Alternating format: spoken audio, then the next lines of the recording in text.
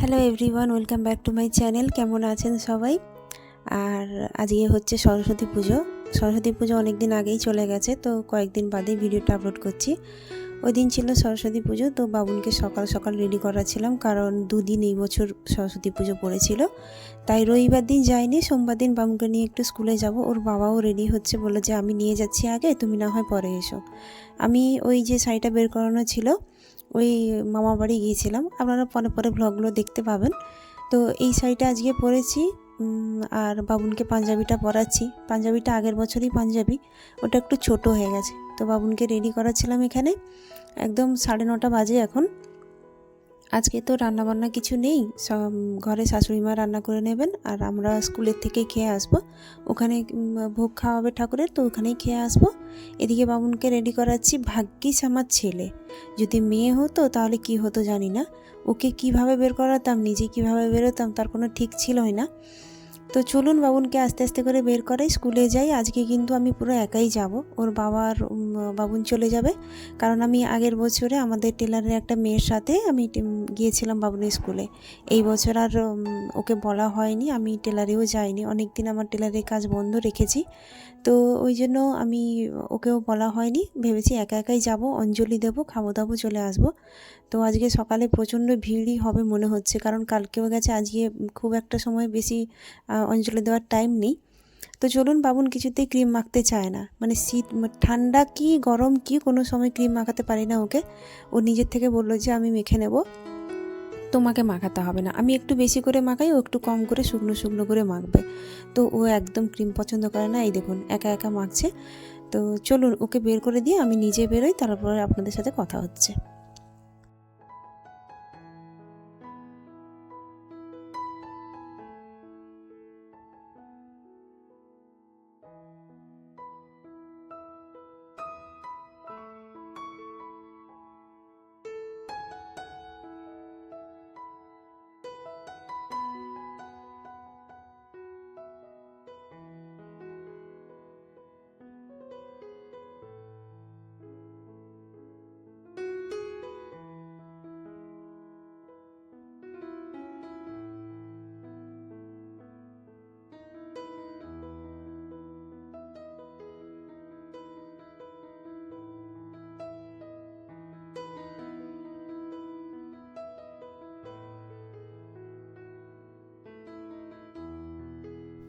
তো চলুন, আমি একদম রেডি হয়ে নিয়েছি। এই যে কানেরটা পরেছি, আপনাদের দেখাচ্ছিলাম। একদম সিম্পলভাবে রেডি হয়েছি, কারণ মন ভালো থাকলে স্বাস্থ্যও ভালো লাগে আর সব কিছুই ভালো থাকে। তো এই মুহূর্তে আমার মনের অবস্থা খুবই খারাপ। সে কতটা খারাপ হয়তো আপনাদের বলে বোঝাতে পারবো না, কারণ সেই ফিলিংসটা শুধু যার হয় সেই জানে। আর এখনকার দিনের বিশ্বাস বলুন, ভরসা বলুন, আশা বলুন, সত্যি কারোর কাছ থেকে রাখাটা ভালো নয় বা ঠিক নয়। আমরা অনেক কিন্তু পেছনে, মানে ভুল জিনিসের পেছনেই ছোটাছুটি করি। তো যাই হোক, যদি সেই রকম কোনো দিন আসে আপনাদের সাথে আলোচনা করব। আর ওই জন্যই বললাম যে মনটা খুব একটা ভালো নেই, তো কারণে সাজগোজ করিনি খুব একটা, কারণ স্কুলে যেতে হবে। একদম সিম্পলভাবে করেছি। তো চলুন বাবুনের স্কুলে এখন যাওয়া যাক।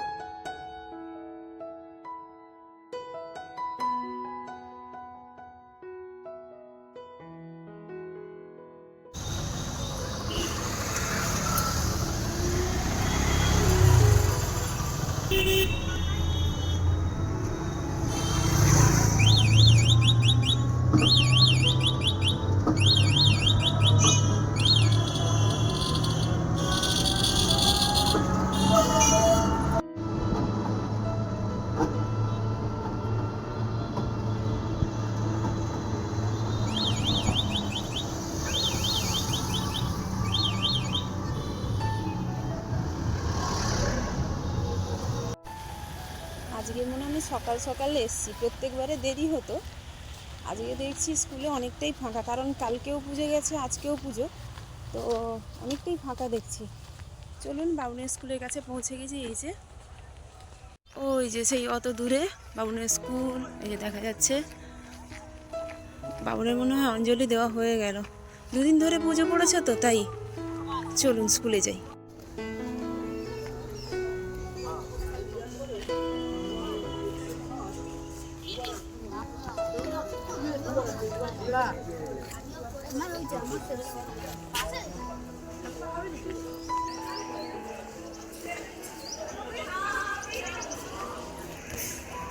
এই হচ্ছে ক্যান্টিন।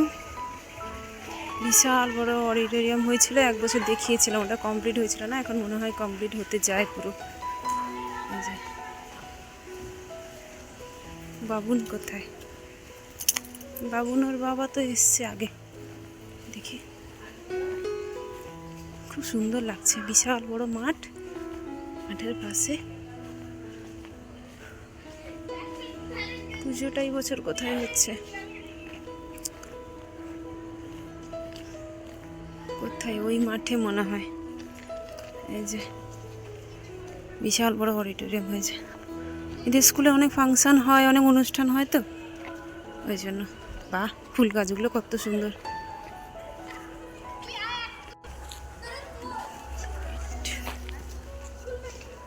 আচ্ছা, ওই পাশে বাহ, ফুলগুলো কি সুন্দর, হেভি লাগছে।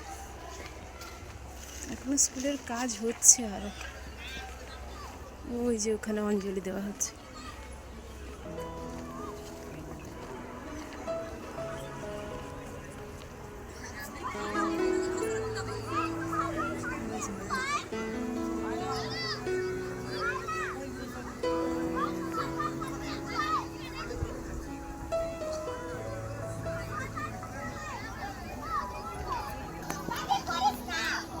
দিয়েছিস অঞ্জলি? দিয়েছিস কেন?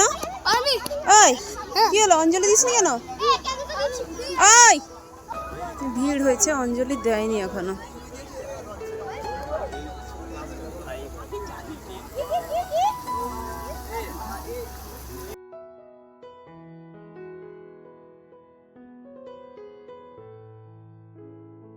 তো চলুন, যেমনটা বলেছিলাম যে অঞ্জলি আমি দেব না, ওর বাবা আর ছেলে দেবে মিলে।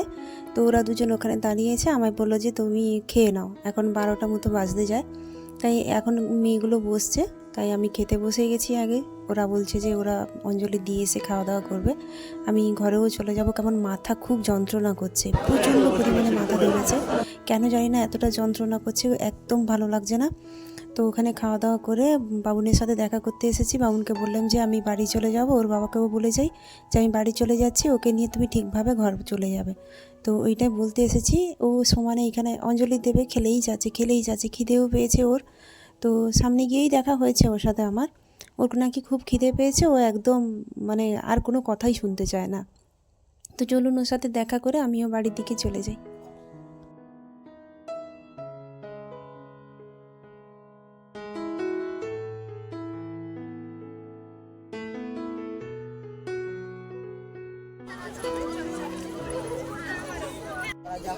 বাপ বেটার খিদা পেয়ে গেছে, সেই সকাল থেকে এসছে।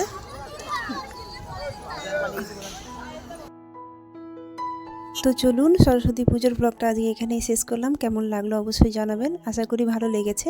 দেখা হচ্ছে পরের ভিডিওতে, ততক্ষণে আপনারা খুব ভালো থাকবেন। নিজের খেয়াল নিজেকেই রাখতে হবে, তো নিজের খেয়ালটা নিজেরাই রাখবেন, নিজের কথা ভাববেন। তো টাটা।